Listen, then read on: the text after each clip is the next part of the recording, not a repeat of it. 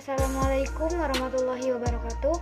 Saya Rika Ramayanti dari kelompok 8 ingin mempresentasikan hasil kerja diskusi kami tentang pengoperasian Debian di VirtualBox atau lebih dikenal dengan penginstalan Debian. Sejarah Debian pertama kali diperkenalkan oleh Ian Murdoch, seorang mahasiswa dari Universitas Purdue, Amerika Serikat, pada tanggal 16 Agustus 1993. Nama Debian berasal dari kombinasi nama Ian dengan mantan kekasihnya, Debta, Liun, Deb, dan Ian. Pada awalnya, Ian memulainya dengan memodifikasi distribusi SLS atau Soft Landing Linux System.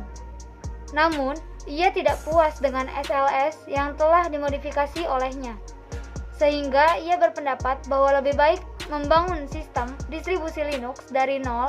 Dalam hal ini, Patrick Volkerdien juga berusaha memodifikasi SLS. Ia berhasil dan distribusinya dikenal sebagai Slackware. Proyek Debian tumbuh lambat pada awalnya dan merilis versi 0.9x pada tahun 1994 dan 1995. Pengalihan arsitektur ke selain i386 dimulai pada tahun 1995.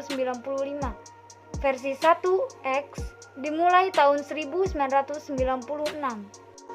Di April 8, 2007, Debian GNU atau Linux 4.0 dirilis dengan nama kode ETCH. Rilis versi terbaru Debian 2009 diberi nama kode Lenny. Deb adalah perpanjangan dari paket perangkat Debian format dan nama yang paling sering digunakan untuk paket-paket binary seperti itu. Paket Debian adalah standar Unix pada arsip yang mencangkup dua gzip, tarbzip atau lamzarsip. Salah satu yang memegang kendali informasi dan lain yang berisi data. Program kanonik untuk menangani paket-paket tersebut adalah DPKG.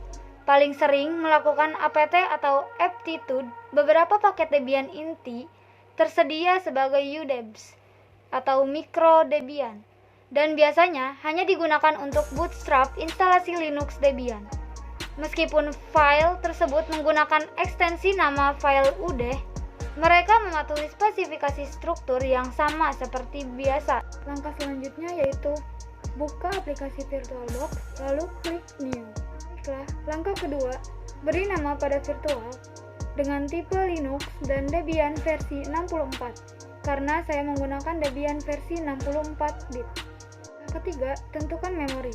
Di sini saya menggunakan memori 1 GB atau bisa juga 1024 sesuai dengan selera masing-masing. Langkah keempat, kita tinggal menyesuaikan pada gambar-gambar yang telah disediakan. Di situ kita akan mengkonfigurasi tentang hard disk, di mana kita akan mengatur hard disk. Di situ ada physical hard disk. Dan physical hard disk itu kita memilih yang dinamik.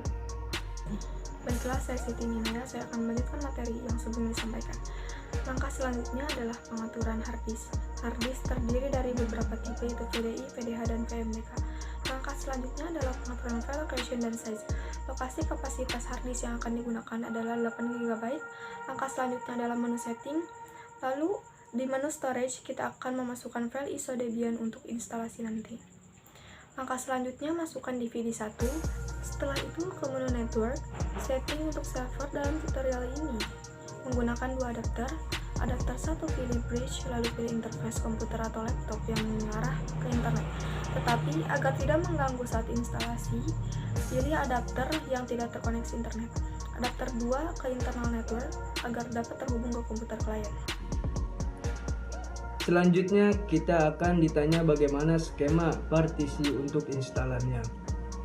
Karena saya juga belum memahami skema partisinya, kita pilih all files in one partition recommend for new users. Setelah kita yakin dengan pembagian partisinya, pilih finish partitioning and word change to this enter. Di jendela selanjutnya pilih yes. Selanjutnya, sistem meminta untuk men-scan DVD Debian yang lain jika ada file ISO DVD 2, DVD 3, dan seterusnya. Silahkan di-mount dan dari VirtualBox terlebih dahulu. Tujuannya agar tertulis alamat repositori DVD 2, DVD 3, dan seterusnya pada file list di sistem Debian. Sehingga kita hendak menginstalasi paket-paket tambahan lainnya kelak, kita tinggal memountkan DVD yang diminta sistem Debian. Dalam tutorial ini kita tidak perlu men-scan DVD 2, DVD 3, dan seterusnya, karena langkah ini dapat dilaksanakan kelak pada saat instalasi paket-paket Debian yang dibutuhkan.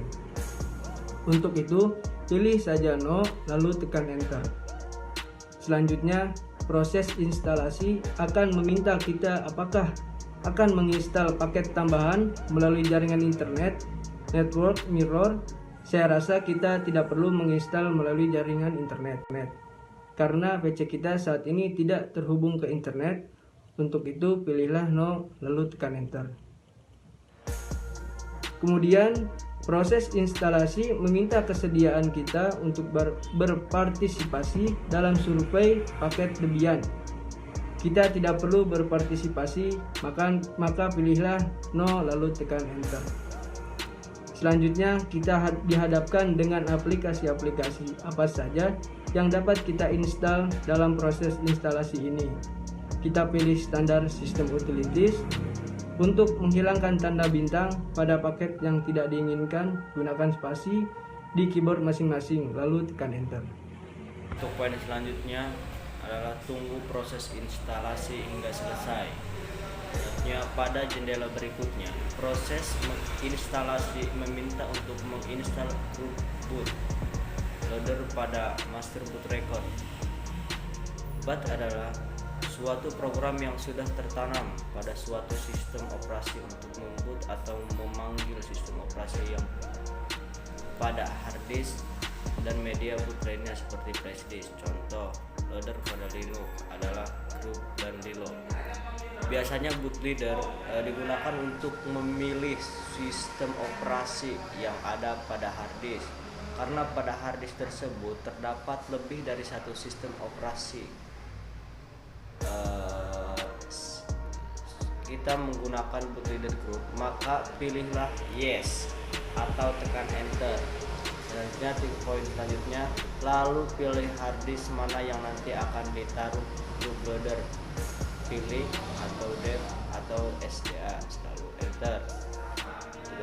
31.